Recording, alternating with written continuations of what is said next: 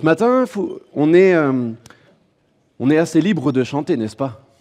On est libre de chanter, de se réunir, de pouvoir écouter la parole de Dieu, de pouvoir ouvrir nos Bibles. Et c'est vraiment un privilège que nous avons. Je ne sais pas si vous en êtes conscients, mais d'être là, tous réunis, il n'y en a pas beaucoup finalement qui peuvent le faire avec cette liberté. Nous vivons dans une société obsédée par le confort, obsédée par la sécurité et dans une relative absence de problèmes. Je pense que vous serez tous d'accord avec moi ce matin. Il n'y a personne qui vous a empêché de venir ou qui vous a forcé à faire quoi que ce soit, n'est-ce pas? Notre rêve, notre vie idéale, c'est une vie sans problème, une vie sans opposition, sans douleur. Et malheureusement, c'est que parfois, on a laissé cette mentalité venir influencer notre compréhension de la parole de Dieu.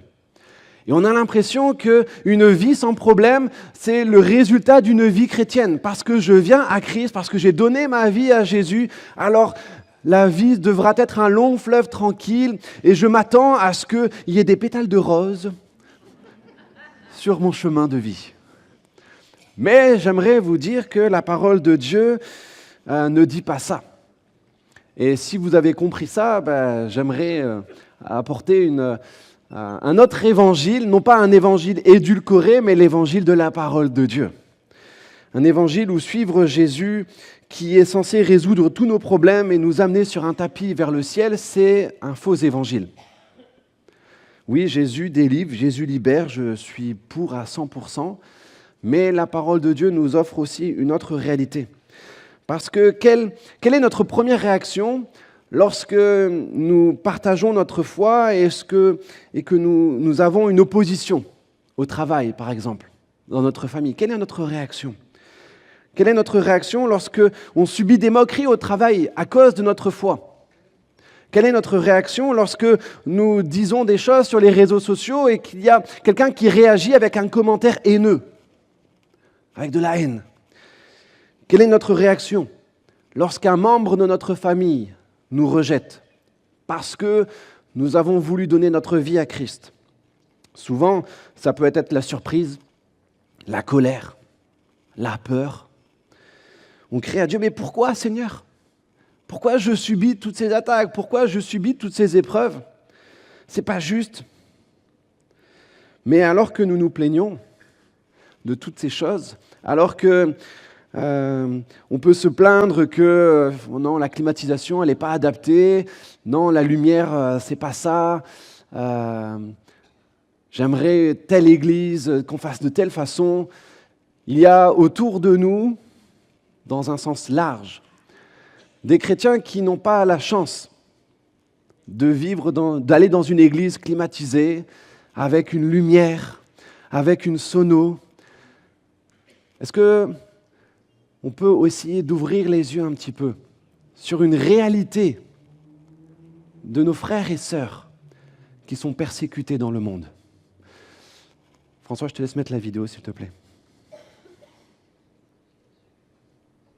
25 février 2024, Burkina Faso. 15 chrétiens sont tués pendant la messe dans une attaque contre l'église d'Essakane, au nord du pays. 2 mai 2024, Algérie. Youssef Ouaraman, le vice-président de l'église protestante d'Algérie, est condamné à 1 an de prison ferme pour avoir célébré un culte non autorisé dans un édifice non permis à cet effet. 18 septembre 2024, Pakistan. La chrétienne Shagufta Kiran est condamnée à mort pour blasphème. Ces quelques faits de persécution ne sont qu'un fragment de ce que vivent de très nombreux chrétiens. Compilés ensemble, ils dressent le tableau d'une réalité dramatique, celle de la persécution des chrétiens dans le monde.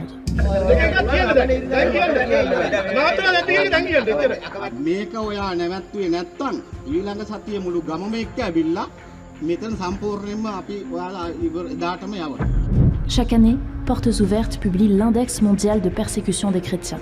Un classement des 50 pays où les chrétiens sont le plus fortement persécutés et discriminés en raison de leur foi. বলে যে তুমি খ্রিস্টান, তুমি এই ধর্মে ফিরে আসো, তারপর আমরা তোকে খেলায় নেব, তোমার সাথে বসবো, তোমার সাথে ভালো ব্যবহার করব। naye okuva lwe nalokoka nayita mu bingi kuba omusajja yantulugunya nansuza ne wabweru. Como você está a persistir e falar sempre de Jesus, nós então vamos a mostrar o exemplo como é que Jesus passou. Foram me encostar naquela árvore, começaram a pregar nos joelhos. Eu, quando estava crucificado, nem para fazer assim, nem para me defender, eu não estava.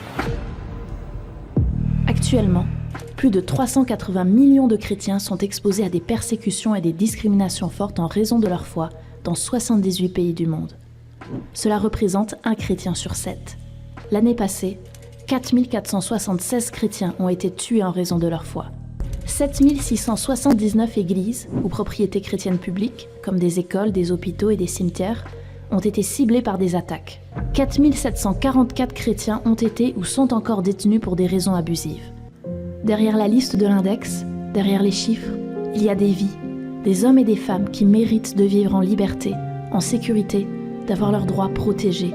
Voilà pourquoi nous rédigeons cet index.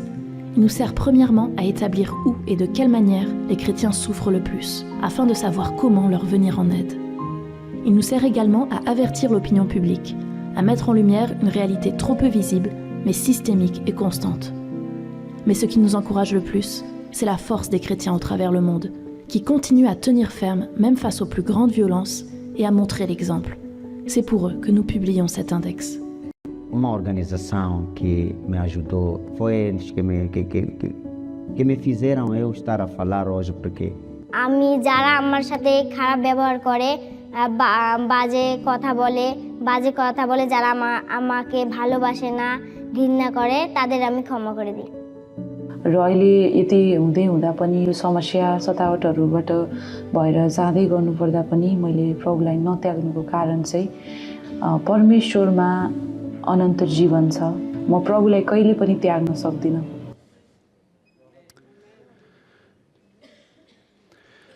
380 millions de chrétiens qui sont persécutés.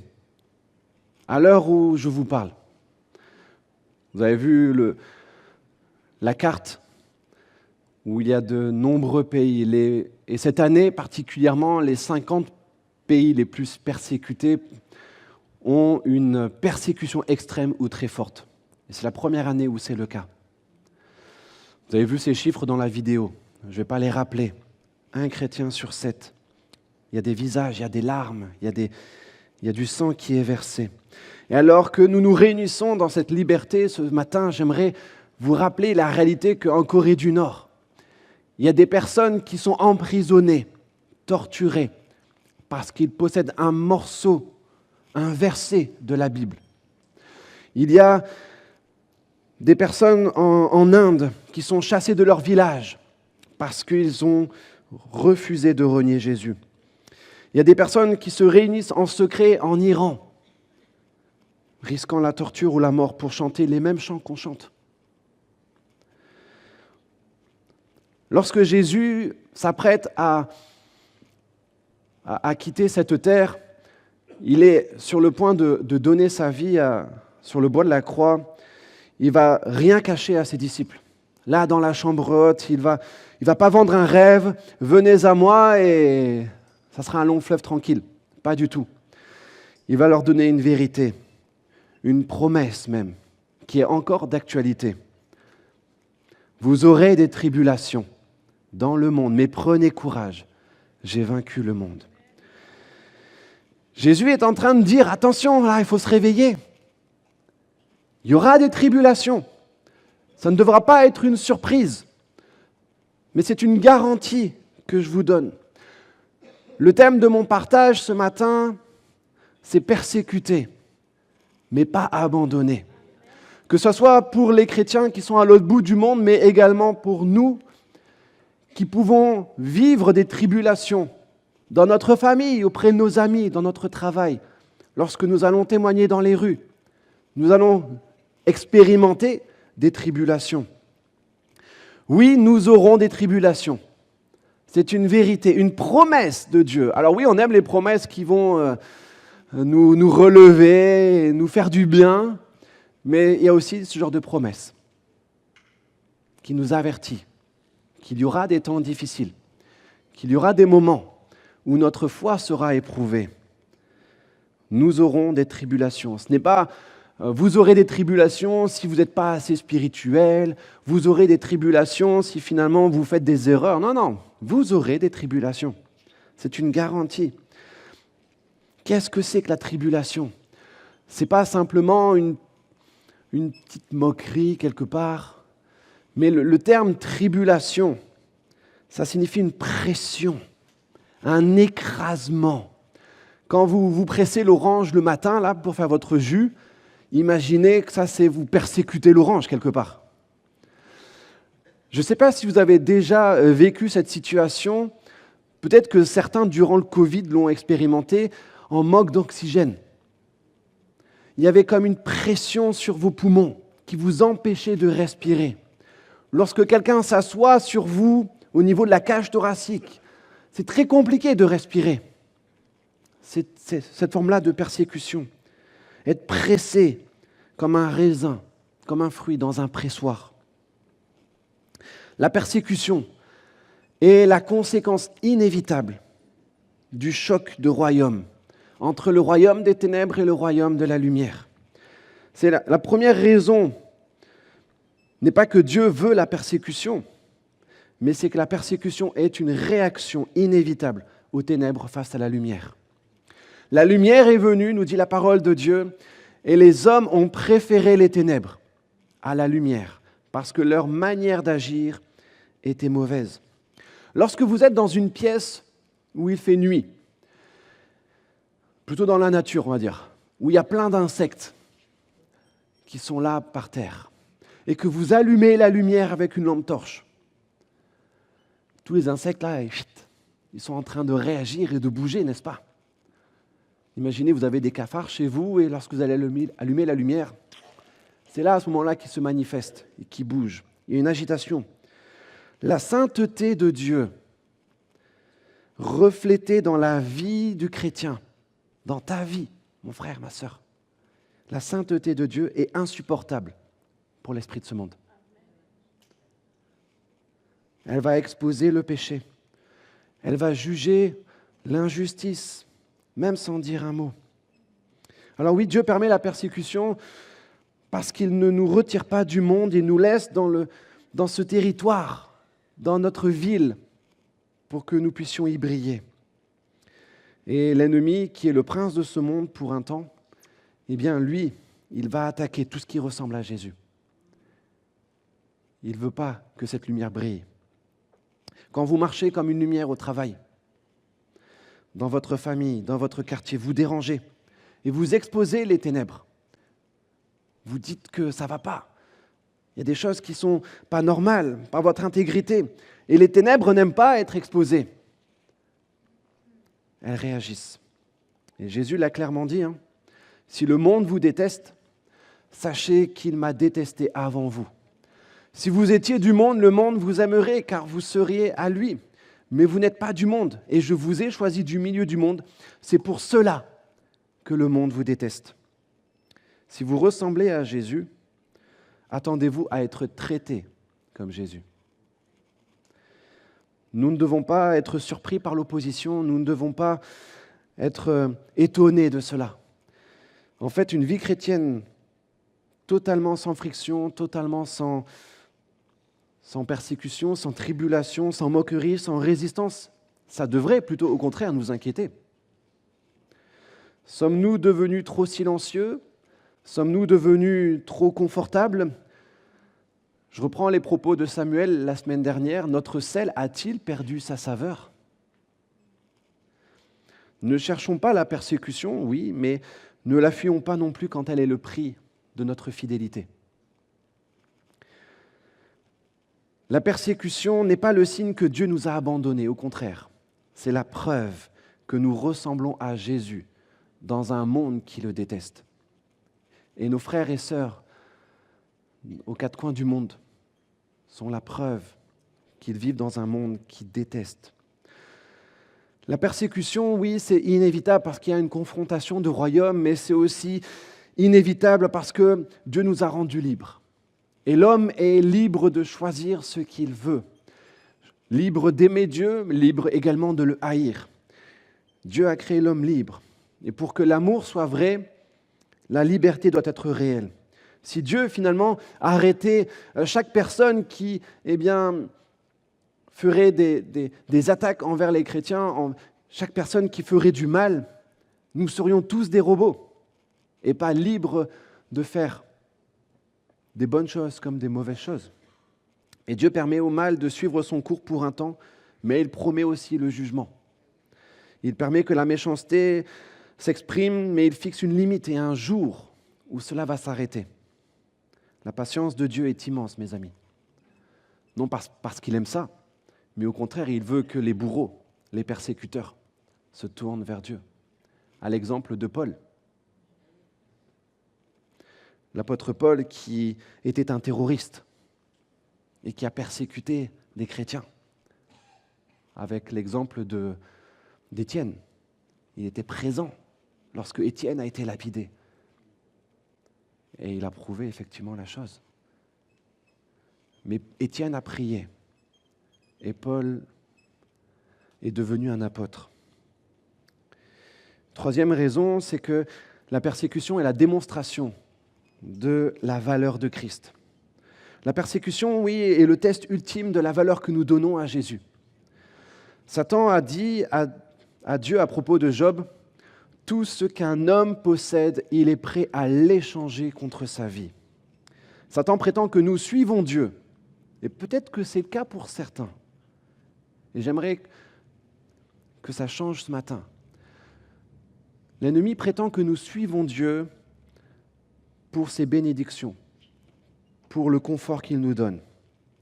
Mais un chrétien qui est persécuté, lui, il pourra dire « Mais vous pouvez prendre toutes mes possessions, vous pouvez prendre ma maison, vous pouvez prendre mes habits, vous pouvez prendre ma vie, mais à aucun moment je ne renierai Christ.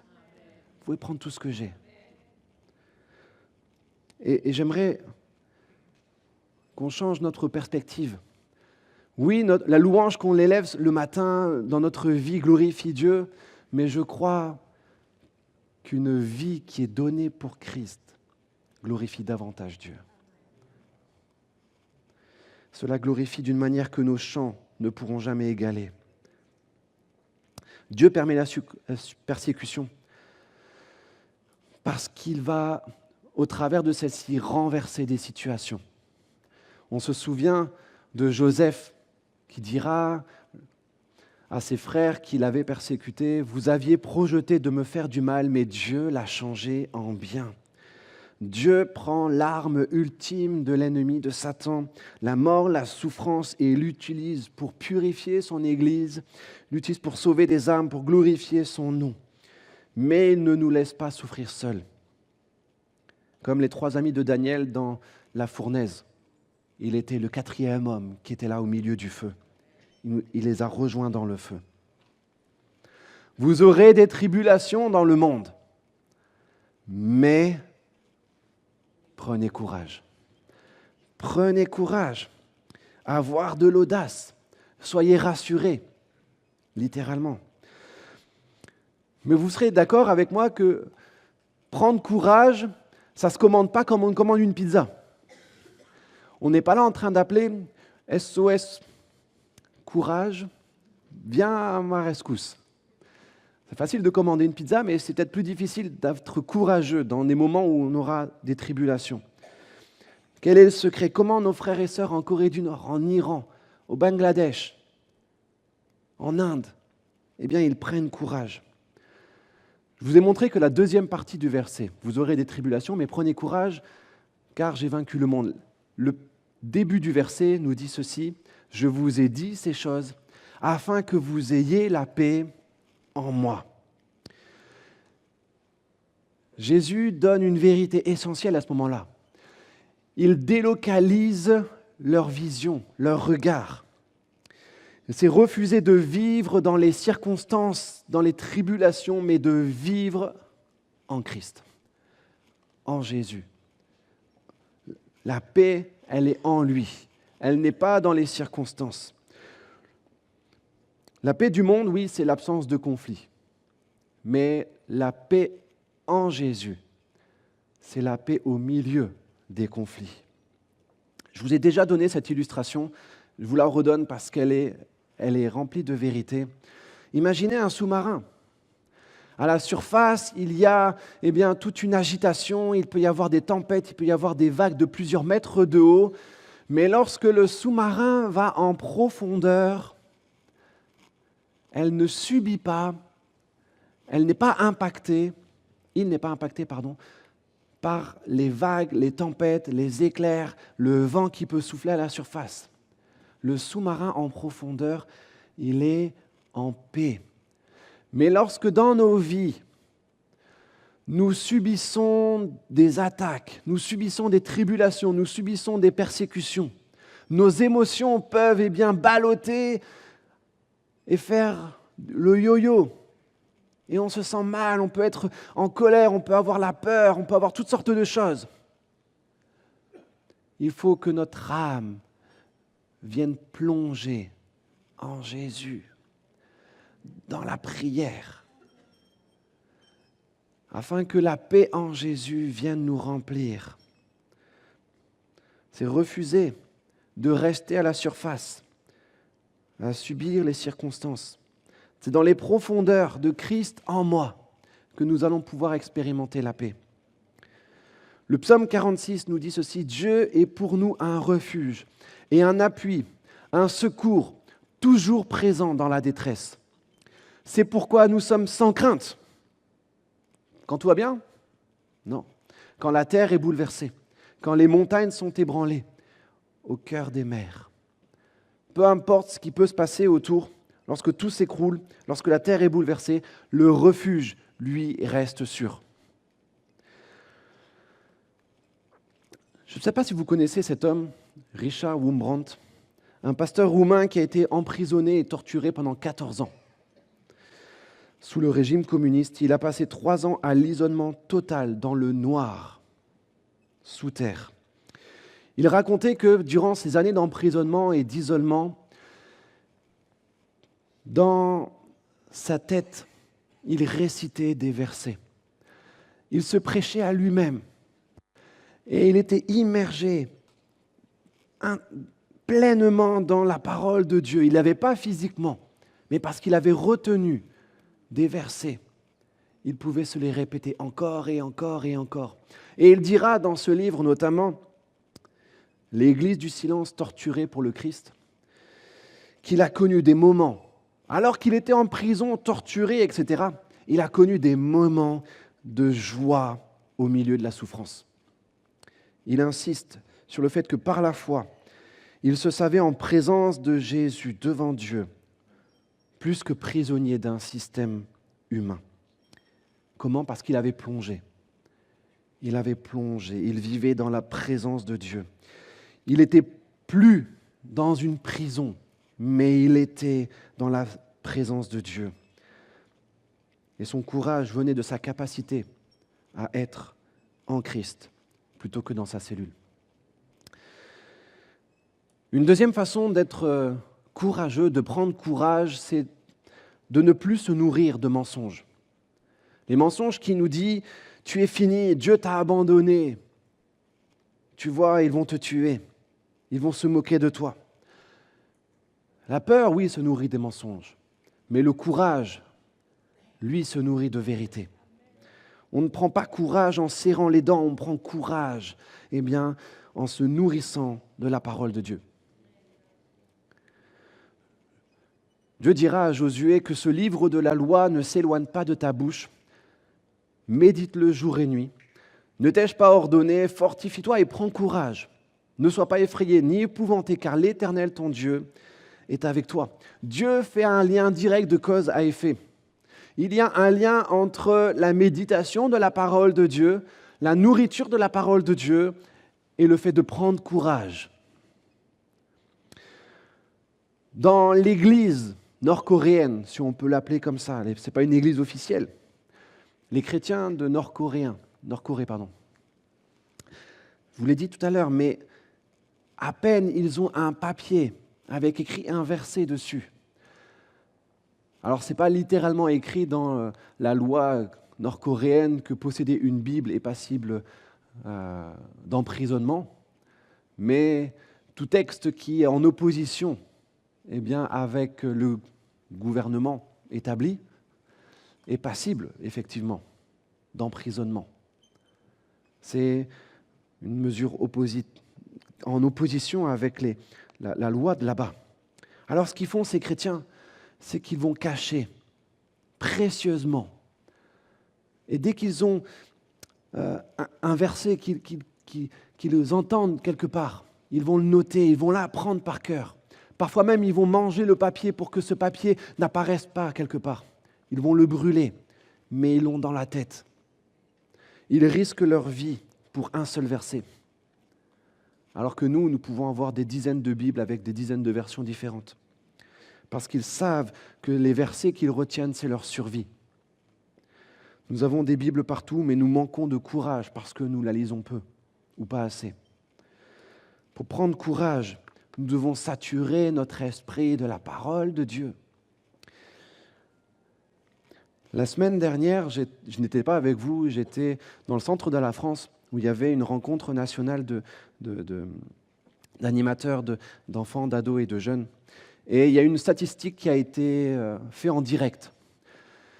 Et sur les 500 réponses en direct, la statistique disait que 51% des 500 qui ont participé à ce sondage disaient qu'ils ne lisaient pas la parole. Ils ne se nourrissaient pas assez. Ce n'est pas une statistique américaine ni d'il y a 50 ans. C'est une statistique qui date de la semaine dernière en France, dans notre famille d'église. 51%. 250 personnes des sondés ne se nourrissent pas assez de la parole de Dieu. Estiment qu'ils ont des soucis avec la lecture de la parole de Dieu. Mes frères, mes sœurs, nourrissons-nous de la parole de Dieu pour que nous puissions avoir du courage d'être qui nous sommes, enfants de Dieu. Alors oui, on le chante, et c'est vrai, je ne suis pas contre ces chants-là. Je ne suis plus esclave de la peur, je suis enfant de Dieu. C'est une vérité. Mais être enfant de Dieu, ce n'est pas le chanter, c'est le vivre. Le vivre dans nos familles, le vivre dans les rues, le vivre dans notre travail, le vivre dans notre famille. Et non pas se conformer à toutes sortes de mentalités, se conformer à toutes sortes de courants de pensée. Une troisième façon de prendre courage, c'est le Saint-Esprit. La présence du Saint-Esprit. Le courage chrétien n'est pas humain, c'est un don du Saint-Esprit. Dans Acte 4, on voit l'Église primitive être menacée. Qu'est-ce qu'ils ont fait ? Ils n'ont pas prié « Seigneur, enlève leurs menaces, enlève la persécution. Nous avons trop de menaces, c'est bon, c'est fini, on n'en veut plus. » Est-ce que c'est ce qu'ils vont dire ? Pas du tout. Donne à tes serviteurs d'annoncer la parole avec une pleine assurance. Ils ne vont pas prier « Stop, c'est fini », mais donne-nous du courage, donne-nous de l'assurance pour parler de toi, pour annoncer la parole de Dieu, pour pouvoir être des témoins efficaces. Et qu'est-ce qu'il s'est passé juste après leur prière ? Quand ils eurent prié, l'endroit où ils étaient rassemblés trembla, et ils furent tous remplis du Saint-Esprit. Il y a un lien entre la demande d'être rempli d'assurance et le fait que Dieu vienne remplir du Saint-Esprit toutes les personnes qui ont osé faire cette prière. Sois rempli du Saint-Esprit. Le courage, c'est le Saint-Esprit qui prend le contrôle. Vous connaissez ce verset de l'Écriture, car ce n'est pas un esprit, c'est la version parole vivante, un esprit de lâcheté que Dieu nous a donné, mais un esprit de courage. Un esprit de courage. Cet homme qui a été nommé Frère Yun, connu en Chine comme l'homme céleste, comme ça qu'il l'appelle, a subi des tortures inimaginables, coups, chocs électriques, jeûnes forcés de plusieurs semaines. Il raconte que dans des moments de souffrance extrême, il a expérimenté une présence tangible du Saint-Esprit. Alors qu'il subissait les coups, Il était davantage conscient de la présence du Saint-Esprit que des bourreaux qui étaient en train de le frapper. Il y avait une force qui le dépassait. Et il commençait à chanter, à louer Dieu en prison, impressionnant même et troublant certains gardiens et co-détenus. Je vous invite à lire ce livre parce que vous découvrirez qu'il a vécu la même expérience que Pierre en prison. Les portes des prisons se sont ouvertes et les gardiens ont été aveuglés. Il a pu sortir de prison. Le seul qui a pu sortir de cette prison, c'est pas Prison Break, mais presque. Il a vécu ça. Comment prendre courage? Réfugiez-vous dans la prière.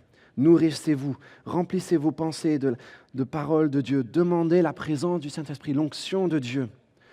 Le courage, ce n'est pas l'absence de peur, mais au contraire, c'est la présence de Dieu qui devient plus grande que ta peur. Vous aurez des tribulations dans le monde, mais prenez courage. J'ai vaincu le monde.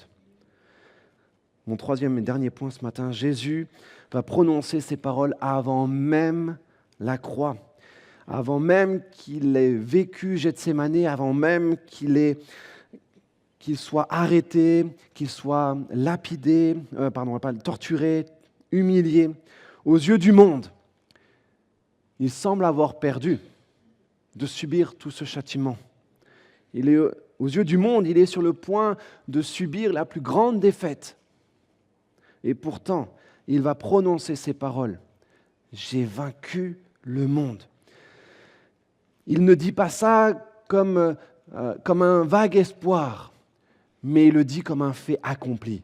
J'ai vaincu le monde. Il ne va pas douter une seconde, parce qu'il sait que la croix n'est pas la fin, mais il sait que c'est l'arme fatale qui va détruire la puissance des ténèbres, la puissance du péché, la puissance de la mort. Il sait que ça va être définitif au travers de la croix. Il va vaincre le monde.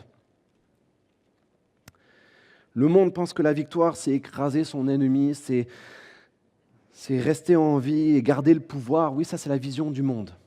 Mais la vision du ciel, la vision de Dieu, c'est perdre pour gagner. Où finalement, Jésus va nous enseigner la victoire par le sacrifice. Peut-être que vous vous souvenez, il y a 10 ans de cela. Si ce n'est pas le cas, je vous le rappelle.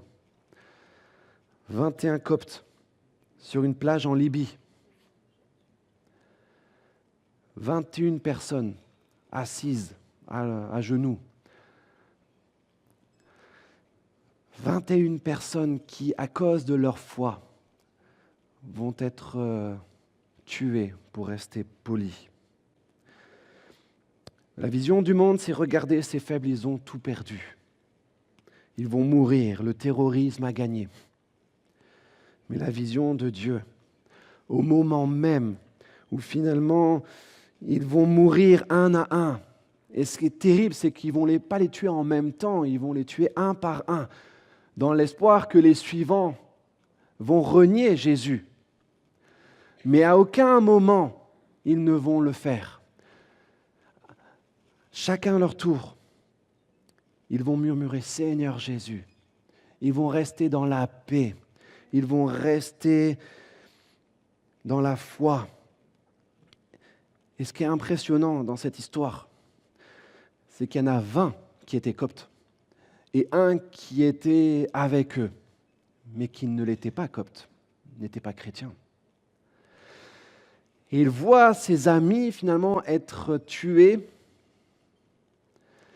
et voyant la paix qui les anime, voyant la foi qui les anime, il va dire ceci, juste avant de mourir. Leur Dieu est mon Dieu. Cet homme va être victorieux. Ces hommes vont être victorieux. Parce qu'ils ont refusé de renier leur Dieu face à la mort. La victoire de Jésus, c'est que la mort n'est plus une défaite. Elle est devenue une porte. Et quand un chrétien persécuté meurt pour sa foi, il ne perd pas la vie, mais il la gagne pour l'éternité. Le diable, finalement, n'a plus aucune menace. S'il nous laisse vivre, alors nous pouvons parler de Jésus, nous pouvons être des témoins de Christ. Mais s'il nous tue, s'il se moque de nous, s'il nous persécute, alors nous rejoindrons Jésus. Il a perdu. Oui, Jésus a vaincu le monde. Mais dans les deux cas, qu'il nous laisse en vie ou que nous subissions la mort, nous gagnons. Le monde peut nous enlever la vie, mais il ne peut pas nous enlever notre couronne. Ils peuvent tuer notre corps, mais ils ne peuvent pas toucher à notre éternité. Ils ne peuvent pas le faire. J'aimerais aussi vous donner une dernière perspective. J'ai vaincu le monde. Pour nous encourager ce matin. J'ai vaincu le monde signifie aussi que son corps, l'Église, est indestructible. Jésus dira, je bâtirai mon Église et les portes du séjour des morts ne prévaudront point contre elle. Regardons l'histoire, mes amis. Dans Acte 8, à Jérusalem, les chrétiens étaient assis confortablement. Et vient le meurtre d'Étienne et la persécution commence à avoir lieu. Qu'est-ce qui va se passer ? Les chrétiens qui étaient confortables à Jérusalem vont être dispersés dans tout l'Empire romain. Et l'Évangile va pouvoir être annoncé et se répandre partout. L'Évangile a atteint le monde entier parce qu'il y a eu la persécution. À Rome, dans les premiers siècles, les chrétiens étaient dans les arènes et ils étaient tués, jetés aux lions. L'Empire a essayé de tuer les chrétiens. Des années plus tard, l'Empire romain est devenu chrétien. En Chine, malgré des décennies de persécution communiste, il y a un peu plus de 70 ans, 60 ans, il y avait moins d'1 million de croyants. Mais aujourd'hui, malgré la persécution, malgré le régime communiste, malgré tout ce qui peut entraver la croissance de l'Évangile, ils sont aujourd'hui plus de 100 millions en 60 ans. En Iran, là où l'Église finalement est persécutée, c'est l'endroit qui vit une des plus grandes croissances de l'Église aujourd'hui, malgré la persécution. En Inde, ils sont conscients que donner leur vie à Jésus, c'est risquer leur mort. Et un jour, le pasteur Sam Maloney, qui est en Inde et qui effectue un travail extraordinaire, nous disait cela à plusieurs pasteurs. Il disait, mais au moment de leur baptême, on fait dire des phrases aux candidats des baptêmes. Il dit, est-ce que tu acceptes Jésus dans ton cœur ? Est-ce que tu as accepté Jésus ? Est-ce que tu es prêt à vivre pour lui ? Mais il dit cette phrase qu'on devrait peut-être dire aujourd'hui. Est-ce que tu es prêt à mourir ce soir pour lui ? Et à tous disent oui, parce qu'ils sont conscients que leur vie en tant que chrétiens, fiers de l'être, peut se terminer du jour au lendemain. Jésus a vaincu. Pourquoi là, il y a cette persécution ? Parce que ça permet la croissance de l'Église. Alors oui, c'est terrible, mais Dieu permet cela. La persécution va tuer la religion, mais elle ne laisse vivre que la relation avec Dieu. Elle va brûler la tiédeur. Les hypocrites vont partir, les vrais disciples, eux, vont rester. Et finalement, c'est la loi de la résurrection. Le grain qui tombe en terre va mourir pour laisser vivre la plante. Elle va porter du fruit. C'est un principe étrange, mais vrai. Tertullien a dit ceci au IIe siècle, « Le sang des martyrs est une semence. » Quand vous frappez un chrétien, quand vous le persécutez, il se multiplie. Nos frères et sœurs persécutés le savent. Ils savent qu'ils font partie de quelque chose, les dictateurs, leurs souffrances ne vont pas arrêter. Leur souffrance n'est pas stérile, mes amis, mais elle porte du fruit. Elle est féconde. Essayer de détruire l'Église, finalement, c'est comme essayer de noyer un poisson. C'est comme essayer d'éteindre un feu avec de l'essence. C'est pas possible, parce que les portes du séjour des morts ne prévaudront point contre elle. C'est Jésus qui bâtit son Église. L'Église, c'est comme une graine. Plus l'ennemi pense l'écraser, plus elle pousse. Il a oublié cette vérité. Imaginez que vous êtes devant un match de foot. L'image n'est pas forcément adéquate en fonction de ce thème de ce matin, mais il y a une vérité spirituelle que j'aimerais vous faire comprendre. Pour comprendre que Jésus a vaincu le monde, imaginez que vous regardez un match dont vous connaissez déjà l'issue. On vous a donné, votre équipe favorite va gagner 2-1. Et là, vous êtes dégoûté parce que vous connaissez déjà à l'avance le résultat du match. Mais lorsque vous regardez pour la première fois, avec le résultat en tête, que l'équipe adverse marque 1 point, qu'elle a l'avantage sur votre équipe favorite pendant tout le match, est-ce que vous vivez le match de la même façon que si vous ne connaissez pas le résultat à l'avance? Pas du tout. Parce que si vous savez que l'équipe adverse marque 1 point, vous savez quand même au final que votre équipe va gagner. Et c'est exactement le même principe avec l'Église aujourd'hui. Nous vivons dans la rediffusion de l'histoire, où Jésus nous a déjà révélé le score final à la fin. Le score, c'est Jésus gagne. Jésus gagne. J'ai vaincu le monde. Alors lorsque la tribulation frappe, lorsque les persécutions viendront, ne paniquez pas comme si l'issue était encore incertaine. Parce que la vérité, c'est que Jésus gagne. Cette assurance nous permet de subir toutes les moqueries, tous les rejets, tout ce que les chrétiens autour du monde peuvent vivre, mais ils ont cette assurance de pouvoir tenir ferme. Nous ne nous battons pas pour la victoire, mais nous nous battons depuis la victoire, déjà acquise.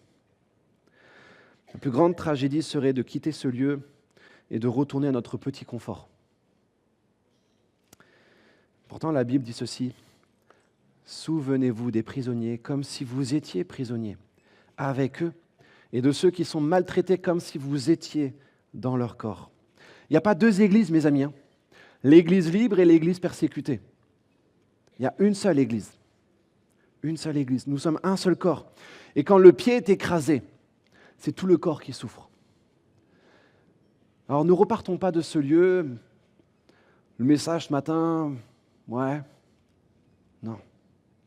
Si un chrétien est torturé en Corée du Nord parce qu'il a inversé de chez lui, c'est tout le corps qui souffre. Si nous ressentons rien, et je vous le dis avec honte, pendant des années, j'ai rien ressenti pour mes frères et sœurs qui étaient persécutés aux 4 coins du monde. Mais si nous ressentons rien ce matin, c'est que notre connexion a un dysfonctionnement quelque part et qu'il faut rétablir cette connexion. Je vous rappelle le thème, persécuté, mais pas abandonné. Alors ouvrons les yeux, informons-nous. Oui, la persécution est là, mais être ignorant de cette persécution, finalement, c'est ne pas être dans la compassion. Ne fermons pas les yeux sur l'index que je vous ai montré. Informons-nous sur ce qui se passe. Dans notre famille d'église, il y a l'AEP qui existe, l'aide aux églises persécutées, qui fournit un travail formidable. Mais il y a d'autres organismes, porte ouverte, exemple. Regardons la réalité en face. Ouvrons notre bouche également. Prions. Ne prions pas, Seigneur, arrête la persécution. Mais prions de la même manière que les disciples ont prié dans Acte 4. Prions pour qu'ils tiennent bon. Prions pour qu'ils soient remplis d'une audace. Prions pour que leur témoignage touche le cœur de ceux qui viennent les maltraiter comme Paul a pu le faire avec le geôlier de Philippe. Prions pour que la joie du Seigneur soit leur force. Devenons des partenaires de prière. Mais ouvrons les yeux, ouvrons notre bouche, mais ouvrons notre cœur dans le sens que ces personnes-là qui sont persécutées, nous devons les imiter. L'Église persécutée n'a pas besoin de notre pitié. Elle a besoin de notre imitation parce qu'ils sont des modèles. Vraiment. Je vous ai montré la vidéo tout à l'heure. Ernesto, qui est resté fidèle malgré qu'il a été cloué à un arbre. Quelle est notre excuse pour ne pas parler de Jésus à notre voisin de palier? Anisha risque sa vie pour aller au culte. Quelle est notre excuse pour rester au lit le dimanche matin parce qu'il pleut?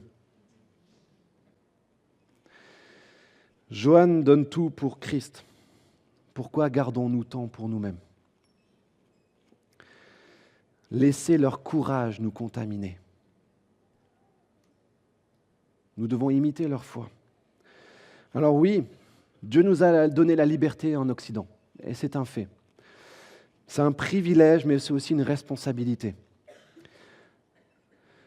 Si nos frères et sœurs risquent la mort pour partager l'Évangile, nous, qu'est-ce que nous faisons de cette liberté? Est-ce que nous nous taisons par peur du ridicule? Parce que nous voulons être politiquement corrects? Ou est-ce que nous voulons être la voix de ceux qui n'ont pas de voix, de parler de Jésus à nos collègues, nos voisins, d'utiliser notre liberté pendant qu'il nous est encore possible de l'avoir? Ne gâchons pas ce privilège. Alors ça tombe bien que je parle de ce message parce que la semaine prochaine, il y a un événement qui a lieu. Et ce n'est pas un événement qui est là pour uniquement l'équipe d'évangélisation. Ce n'est pas un événement qui est là uniquement pour les jeunes. Mais c'est un événement qui est là pour tout le monde. Parce qu'on est tous concernés. On est tous témoins. Tous ne seront pas forcément présents, j'en suis conscient. Mais nous sommes tous des témoins. Alors la semaine prochaine, si nous sommes disponibles, venons, prions. Peut-être qu'on peut s'organiser, il y en a qui restent pour prier, il y en a qui vont dans les rues partager l'Évangile. Mais prions, soyons des témoins, soyons des modèles et utilisons la liberté que nous avons pour partager l'Évangile. Samedi 6 décembre, 9h30. Est-ce qu'on pourrait tous se lever, s'il vous plaît? Par respect pour tous nos frères et sœurs persécutés, j'aimerais qu'on puisse prier. Et que dans ce temps de prière, nous puissions nous imaginer à côté d'eux. Alors qu'ils vivent des tortures, alors qu'ils vivent des persécutions, ils sont là en esprit parce que nous sommes un seul corps. Nous sommes une seule armée.